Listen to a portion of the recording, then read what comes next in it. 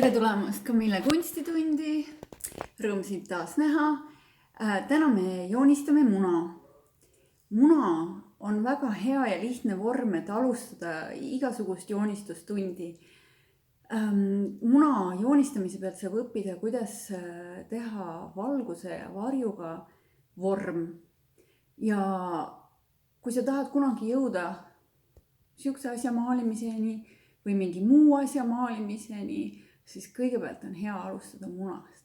Tundub uskumatu, aga nii see on. Nii et lähme tunni juurde. Ma valisin ekstra ühe valge muna, et valgel pinnal oleks valge muna. Ja ennem, kui sa millegiga peale hakkad, ma tahaksin, et sa taandaksid selle muna põhikujunditeks. Ja ma võtsin selleks siia ühe ruudulise paberi, et sa saaksid teha käsitsi ühe ringi. Püüa lihtsalt käega teha ringi. Kui ma oma õpilastel palusin ringi teha, siis esialgu tegid nad mulle siukseid asju. Ja sellepärast ma võtsingi ruudulise paberi ja ütlesin, et tehke siia üks suurem ruut ja püüa nüüd käega teha siia sisse ring. Ja sa võid seda teha täiesti vabalt. Sa võid võtta pliiatsi, mina leidsin, et mul on pastakaga lihtsam joonistada. Eesmärk on see, et sa kõigepealt suudaksid teha ühe ringi. Proovi nii palju, kui sul vaja on. Ja sa võid sodida, sassi minna, midagi siin ei saa. Proovi teha ring. Üldiselt, mida ma alguses algajale joonistajale soovitan, on see, et mitte hakata tegema niimoodi, et mul on siin muna, hakkan talle tegema piirjoont. Ja kuigi see võib isegi tulla nagu täitsa okei välja, siis esialgu oleks tarvis õppida ära, kuidas näha iga objekti või eseme struktuuri. Nüüd selleks, et aru saada, kuidas on muna struktuur, ütlesin ma sulle, et kõigepealt tee üks muna ehk ring siis. Nii. Teeme ühe ringi ja sul ei pea olema korralik paber. Ma ise ka siin võtsin laste mingitest vanadest märkmikest välja suvalisi pabereid. Nüüd sa näed, et sellel munar on tagumine ots ja nina ots. Ja et need ei ole mitte, nad ei ole ühel joonel. Kui sa tõmbad horisontaalis ühe joone, siis see taguots ja see terav ninaots, nad ei asetse nagu maapinnaga niimoodi paralleelselt, vaid muna hoiab niimoodi, et tal on see ninaots siin allpool ja tagumine ots siin natukene ülevalpool. Nüüd järgmine ülesanne, kui sa oled saanud kätte, et sa suudad käega teha ringi, järgmine ülesanne on see, et leiame sellele munale tema kesktelje. Nii, võtan siit kohe järgmise paberi, sina võid ka võtta sodipabereid ja proovida seda teha. Nüüd mina siit näen, sa näed võib-olla natukene kaamerast teistmoodi, aga põhimõtteliselt teeme siia kesktelje. Nüüd teeme siia selle kesktelje peale selle ringi, mida me õppisime, ja nüüd teeme sellele ringile siis siia selle muna nina nii-öelda. Ja nüüd tuleb siis siia alla tuleb see mao kokkupuute joon. Nii, see on siis muna struktuur. Kesktelg tähendab seda, et siinpool olev joon ja siinpool olev joon peaksid olema enam-vähem ühesugused.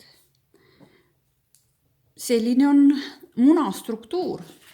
Nüüd ma proovin selle sama asja nüüd joonistada ilma seda keskmist joont tegemata. Ma katsun siia peale nüüd teha oma selle muna. Ja nüüd ma teen täpselt nii, nagu ma ütlesin, et ärge teie tehke. Et katsuge see muna joonistada niimoodi, et te teete ikkagi alguses talle väikse kesktelje siia sisse. Kui te teete pliiatsiga, siis te saate seda kustutada. Nüüd vaatame, et see tagumiku ots ja nina ots oleksid enam-vähem nimisi selle kesktelje peal. Ma teen hästi heledalt praegust. Nii, ja nüüd püüame hakata andma sellele munale siis vormi. Võtan selle paberi siit eest ära, et siis segaks. Ja mida me näeme, kui sa tahad midagi joonistada, siis on tähtis õppida silmi natukene kissitama. Kissitad niimoodi silmi, et sa nagu vaatad läbi oma ripsmete ja et sa ei näe igasuguseid detaile, vaid et sa näed nagu üldisi jooni. Ja mida me siis aru saame?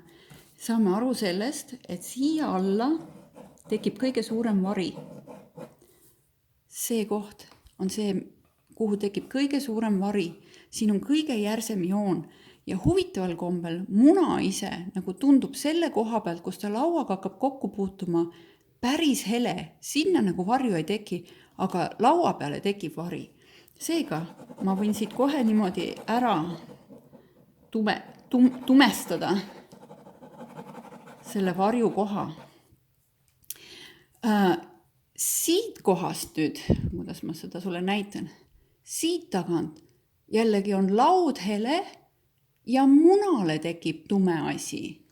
Nii, see tähendab, et muna läheb siit tumedaks ja tuleb siia ettepoole see vari niimoodi üle.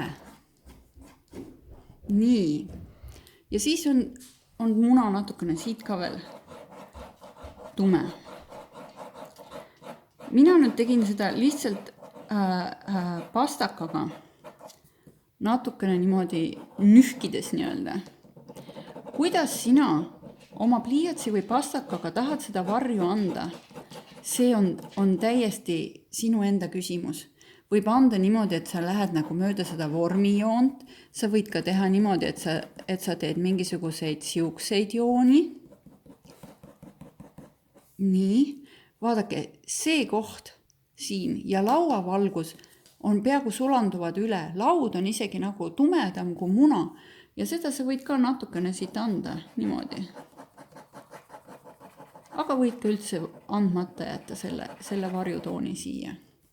Põhimõtteliselt on meie muna valmis ja mis me õppisime seda, et sealt, kus on hästi tume vari, sealt üks ringikujuline asi läheb selle koha pealt uuesti nagu tundub heledamana.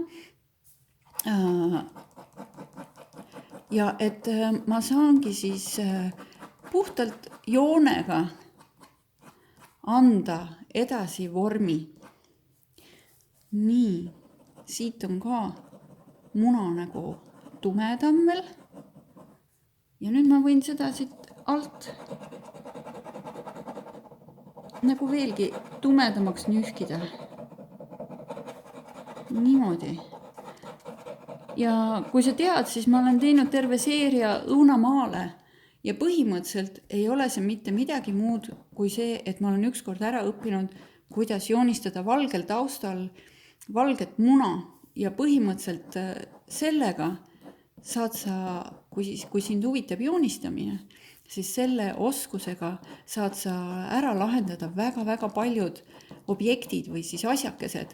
Et kui sa oskad teha ringi või siis mingit kera ja talle panna taha varjud, sissevarjud, niimoodi, et ta muutub ümaraks, et ta tuleb ettepoole, et temas on see 3D efekt, siis sa oskad juba väga palju.